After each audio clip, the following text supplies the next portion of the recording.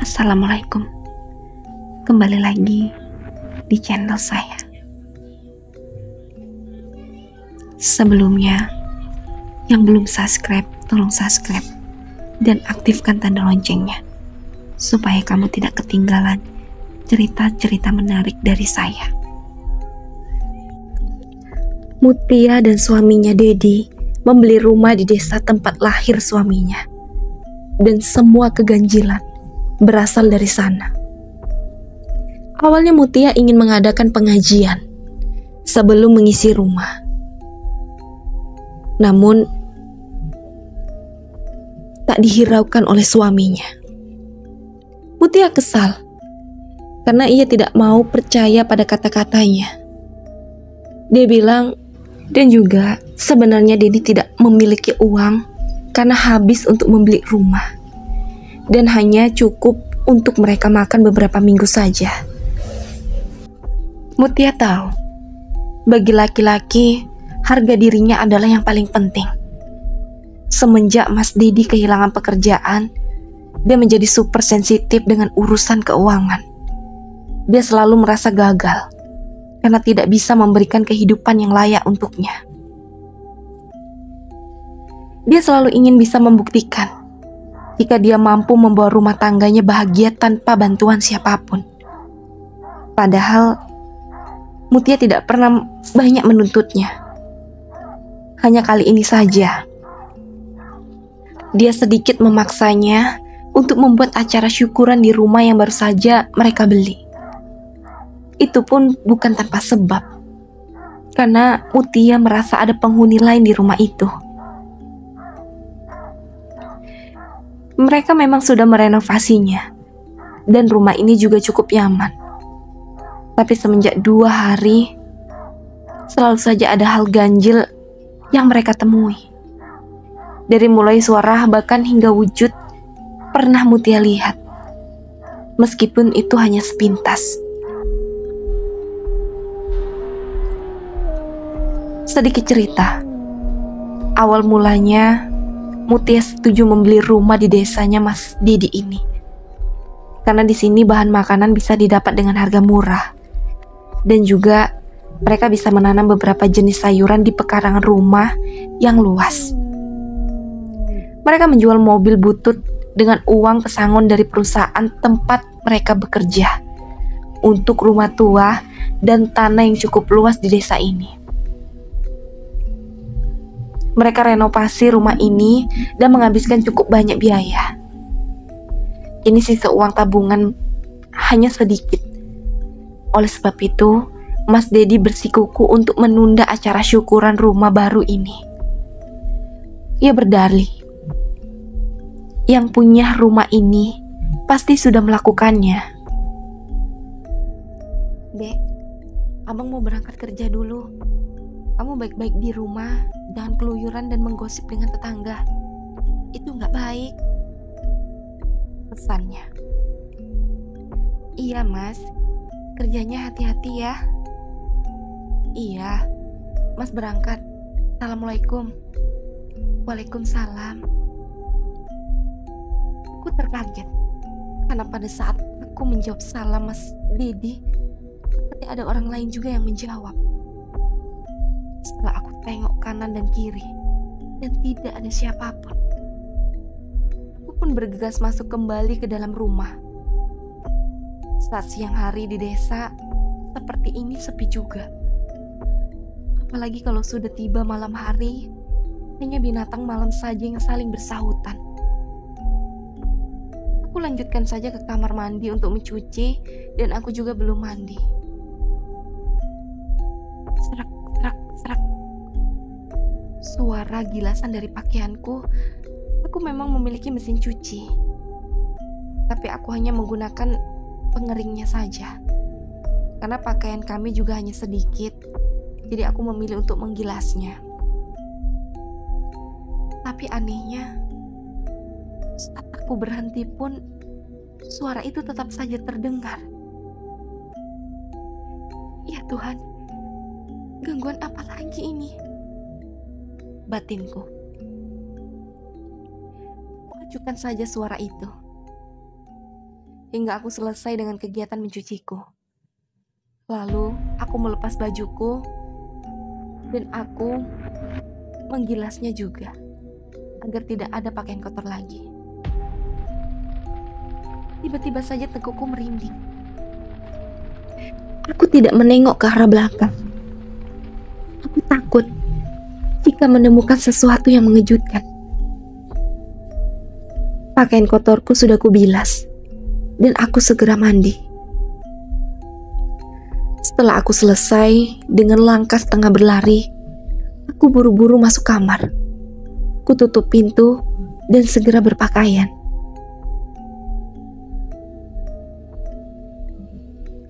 Aku bergegas membawa ember yang tadi berisi pakaian yang aku cuci. Tapi anehnya, ember itu tidak ada. Padahal tadi jelas-jelas aku menyimpannya di depan pintu kamar mandi. Aku pun mencarinya ke dapur, lalu ke halaman belakang, balik lagi ke rumah, dan hasilnya tetap nihil. Kemudian, saat aku melintas kaca samping rumahku, aku kaget karena semua pakaianku sudah terjemur rapi. Aku tidak percaya dengan apa yang aku lihat. Bahkan, aku berlari keluar untuk benar-benar memastikannya. Semua itu nyata. Pakaian-pakaian yang bertengger rapi di jemuran itu adalah baju-baju yang tadi aku cuci. Semua yang terjadi pagi ini membuat aku kehilangan sedikit kewarasanku. Aku lebih baik main-main saja ke rumah tetangga, pikirku. Sekilas aku menyempatkan menengok rumah baruku. Dan di kaca jendela itu berdiri seorang wanita dengan pakaian putih menjuntai. Aku perhatikan sosok yang tengah berdiri di balik kaca itu. Tapi setelah lama aku perhatikan, itu hanyalah gorden jendela yang terbang tertiup angin. Kemudian aku sampai di rumah tetanggaku. Assalamualaikum. Siska? Assalamualaikum. Waalaikumsalam. Mutia, ayo masuk sini. Kenapa berdiri saja di sana? Ayo. Ya, dia adalah Mbak Siska. Dia tetangga terdekatku. Mereka tinggal hanya bertiga. Mbak Siska, suaminya, dan juga putrinya yang berumur 3 tahun. Kami berkenalan saat kami baru pindah ke desa ini. Tapi ternyata suami Mbak Siska, yaitu Mas Dani, adalah kakak kelas Mas Dedi sewaktu di SMP dan juga SMA.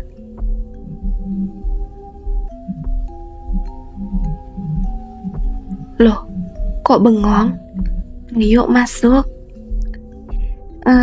Tidak usah Mbak, aku di luar aja. Di sini adem, seger Mbak. Ya sudah, tunggu sebentar ya. Mbak mau pakaikan Fitri baju dulu. Fitri baru mandi ya Mbak? Iya, tunggu sebentar ya. Aku pun menunggu di luar sambil mengamati rumah Mbak Siska yang asri. Sepertinya rumah ini sangat nyaman. Berbeda dengan rumahku. Besar dan luas, tapi banyak hal ganjil. Udahlah. Aku kesini kan mau main. Tapi kenapa aku lagi-lagi memikirkan hal itu? Tiba-tiba Mbak Siska keluar dan menarik lembut tangan putrinya untuk menyalamiku. Hai Fitri, kamu udah wangi ya? Duh, sini dong, tante kepengen cium. Mutia, bagaimana tidurmu? Nyenyak nggak selama di sini? Alhamdulillah nyenyak, Mbak. Udara di sini sejuk. Aku tidak perlu menyalakan kipas angin saat tidur. Tidak seperti di kota yang panas. Kipas anginnya nonstop. Iya, di desa memang sejuk. Sepi juga tapi. Iya ya, Mbak. Siang hari pun di sini sepi. Iya, karena mayoritas penduduk sini bekerja di ladang. Jadi siang hari mereka bekerja hingga siang. Kadang juga sore dan malam harinya mereka beristirahat. Iya, Mbak. Pantasnya desa ini selalu sunyi. Tapi kamu betah kan tinggal di sini? Iya, betah lah, Mbak. Kemanapun suami mengajak kita tinggal, ya mesti betah dong. Alhamdulillah kalau begitu. Mbak senang dengarnya. Soalnya orang-orang yang dulu mengisi rumah itu selalu tidak bertahan lama. Enggak bertahan lama? Apa maksudnya, Mbak? Maksud Mbak, orang dari kota yang sebelumnya mengisi rumah itu selalu tidak betah. Karena mungkin keadaan desa ini yang sepi dan jauh berbeda dari keadaan di kota. Oh iya Mutia, kamu sudah sarapan? Mbak masak banyak loh hari ini. Kamu makan di rumah Mbak aja ya. Aku sudah makan, Mbak. Mas Dedi selalu sarapan sebelum berangkat bekerja. Tapi hari ini aku repot. Aku harus mendadak masak pagi-pagi karena makanan yang aku masak kemarin sore mendadak basi. Biasanya tidak pernah loh aku masak sore dan paginya basi. Biasanya masakanku tahan lama karena aku memasaknya dengan benar. Mbak, kenapa bengong? Tidak. Tadi kamu bilang masakan kamu basi. Iya, Mbak. Aku juga heran. Ini pertama kalinya loh. Tiba-tiba Fitri rewel. Ia meminta Mimi pada Siska. Mutia, masuk yuk. Fitri minta Mimi. Dia mau tidur. Oh, Fitri mau tidur siang ya? Ya sudah. Tante Mutia pulang saja ya. Makasih ya, Mbak, mau temenin aku ngobrol. Aku jadi gak bosen. Ya sudah, aku pamit ya, Mbak. Mutia juga mau istirahat. Setelah itu aku pun pulang. Aku memasuki kamarku dan menguncinya. Kurebahkan badanku. Rasanya nyaman sekali. Saat tubuh ini begitu terbuai, tiba-tiba, ini kamarku, pergi dari sini. Seorang wanita dengan wajah yang marah membangunkan dari kenyamanan. Siapa kamu? Ini rumahku, ujarku tak mau kalah. Tidak, ini rumahku. Hentaknya menarik rambutku. Hal itu membuatku berteriak. Sakit! Lepaskan! Tubuhku terjun bebas dari atas kasur dan mendarat dengan sikut mencium lantai. Aku kesal dan aku tidak terima. Ku cari-cari wanita yang tadi menarik rambutku. Tapi dia tidak ada. Mana mungkin dia keluar karena pintu kamarku masih terkunci rapat. Apa aku bermimpi? Tapi tadi itu jelas-jelas sangat nyata. Dan kepalaku berasa nyeri dan perih. Dan aku lebih kaget lagi saat aku melihat jam. Karena kini jam sudah menunjukkan pukul 2 sore. Itu artinya aku sudah tertidur selama 3 jam. Padahal aku merasa baru saja terlelap sebelum wanita itu datang mengganggu. Di sore hari di rumah Siska, pasangan suami istri itu sedang bercakap sambil menikmati hidangan sore.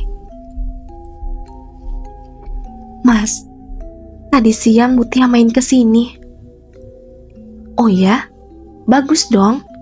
kamu juga jadi ada teman sekarang.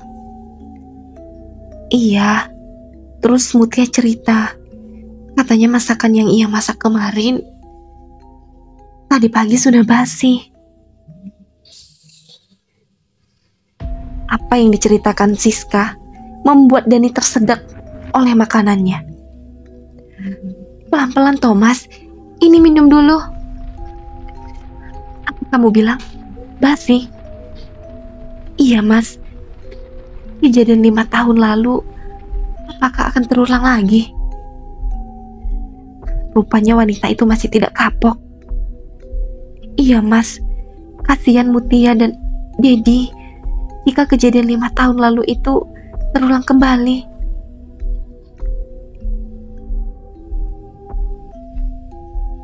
Kamu kenapa, Dek?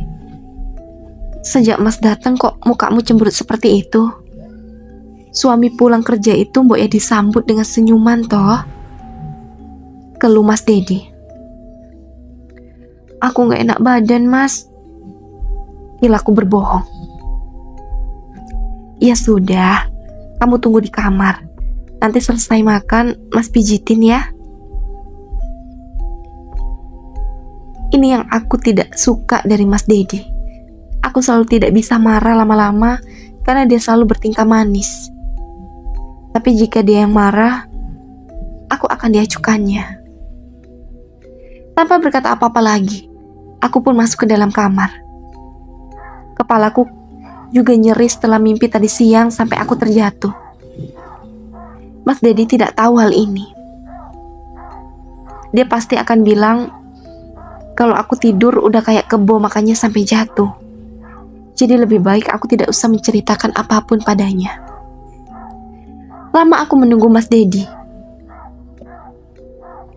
Karena penasaran, aku cek saja Mas Dedi. Jangan-jangan dia malah ketiduran di kursi. Kuputuskan keluar kamar untuk mengecek suamiku.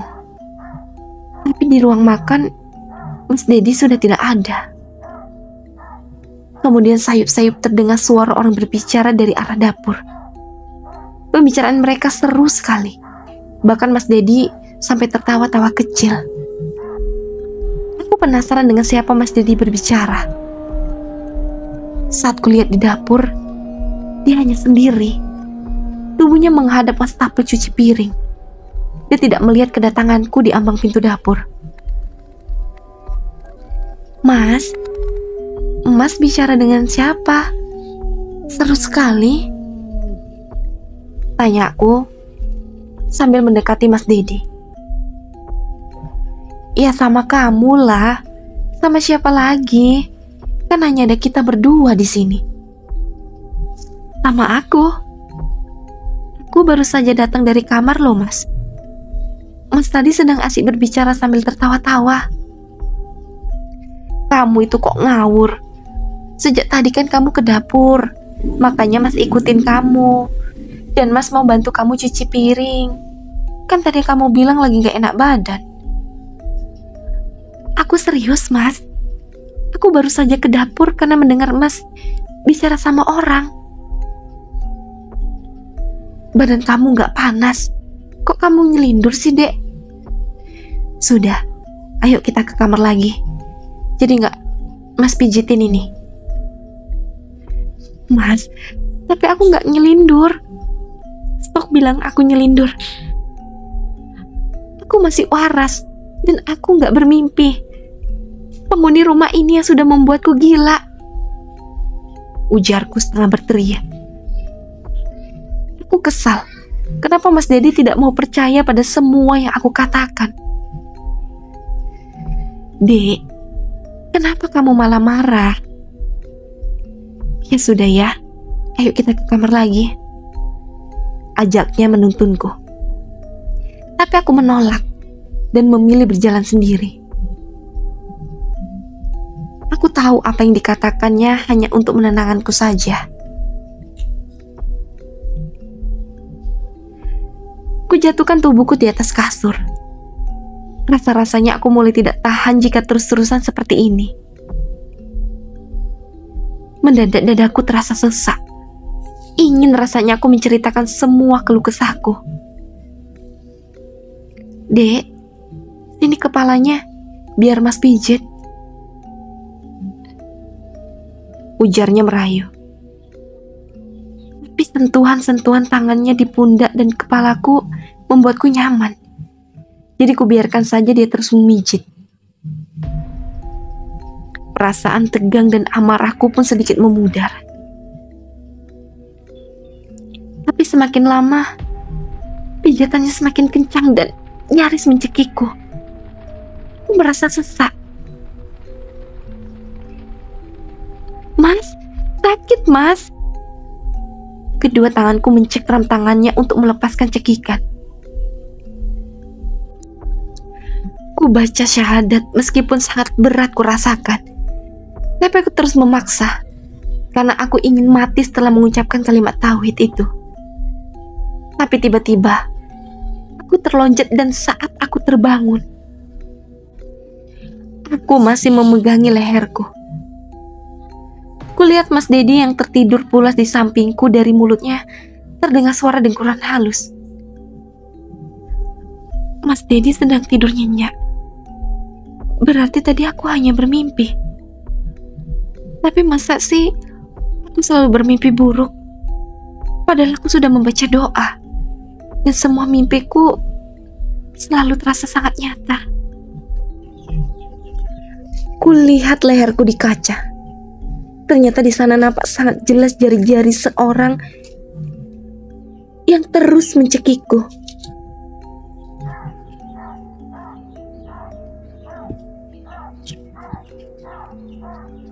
Astaga, sampai merah begini.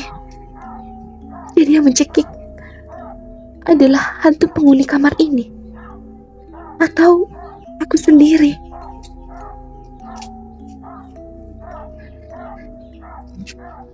Kupeluk punggung Mas Dedi mencari kenyaman di sana. Sana, gak usah peluk-peluk, entak Mas Dedi tanpa menoleh ke arahku. Tapi tak kuhiraukan perkataannya. Aku tetap memeluknya. Sana, kamu bau, gak usah peluk-peluk, bentaknya. Kamu kenapa sih mas? Tumben-tumbenan gak mau dipeluk. Biasanya juga kamu yang selalu ganggu tidurku. Mas Dedi tak menjawab. Ya udahlah mas, kalau itu maumu. Keesokan paginya. Dek, bangun dek, subuh. Tiba-tiba saja tubuhku seperti ada yang menggoyang-goyangkan. Dan aku mendengar dengan jelas suara Mas Dedi yang membangunkanku. Tapi kenapa mata ini tak bisa membuka dan badan ini lemas? Dek, bangun dek. Aku ingin bangun mas, tapi aku gak bisa. Tubuhku lemas. Bahkan untuk sekedar membuka mata saja aku tidak mampu. Lama-lama, terdengar suara banyak orang.